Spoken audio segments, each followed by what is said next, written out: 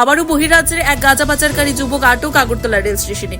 ধৃতের নাম সুভাষ কুমার, বাড়ি বিহারের ভাগলপুর। তার কাছ থেকে 7 কেজির উপর গাঁজা বাজেয়াপ্ত করা হয়, যার কালো বাজার মূল্য প্রায় 1.5 লক্ষ টাকা। আগরতলা জিআরপি থানার এসআই পঙ্কজ কুমার দাসের নেতৃত্বে অভিযান চালিয়ে রেল পুলিশ তাকে গ্রেফতার করে। ধৃত যুবককে জোর জিজ্ঞাসাবাদ করা হচ্ছে।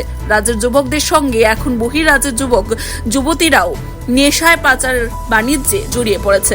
এই ঘটনা আবারও প্রমাণ করে নেশা পাচারকারী কিংবা নেশা কারবারিরা কতটা সক্রিয়।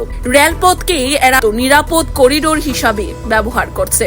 কিছু কিছু ক্ষেত্রে নেশা সামগ্রী পাচারকারীরা ধরা পড়লেও অধিকাংশ ক্ষেত্রে পার পেয়ে যাচ্ছে বলেই অভিযোগ রয়েছে।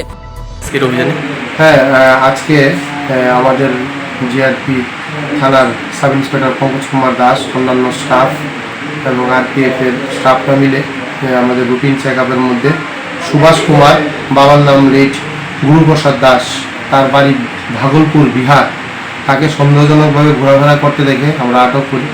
আটক করার পর তার কাছে একটি পিট্টু ব্যাগ পাওয়া যায়। পিট্টু ব্যাগ থেকে আমরা যখন সার্চ করা হয় তখন দেখা যায় যে পিট্টু ব্যাগের মধ্যে অবৈধ গাঁজা আছে। তারপর এগুলো মাপ করে ওজন করে আমরা দেখি সর্বমোট 7 কেজি 420 গ্রাম গাঁজা, যার বর্তমান কালোবাজারি মূল্য প্রায় 1.5 লক্ষ টাকা হবে।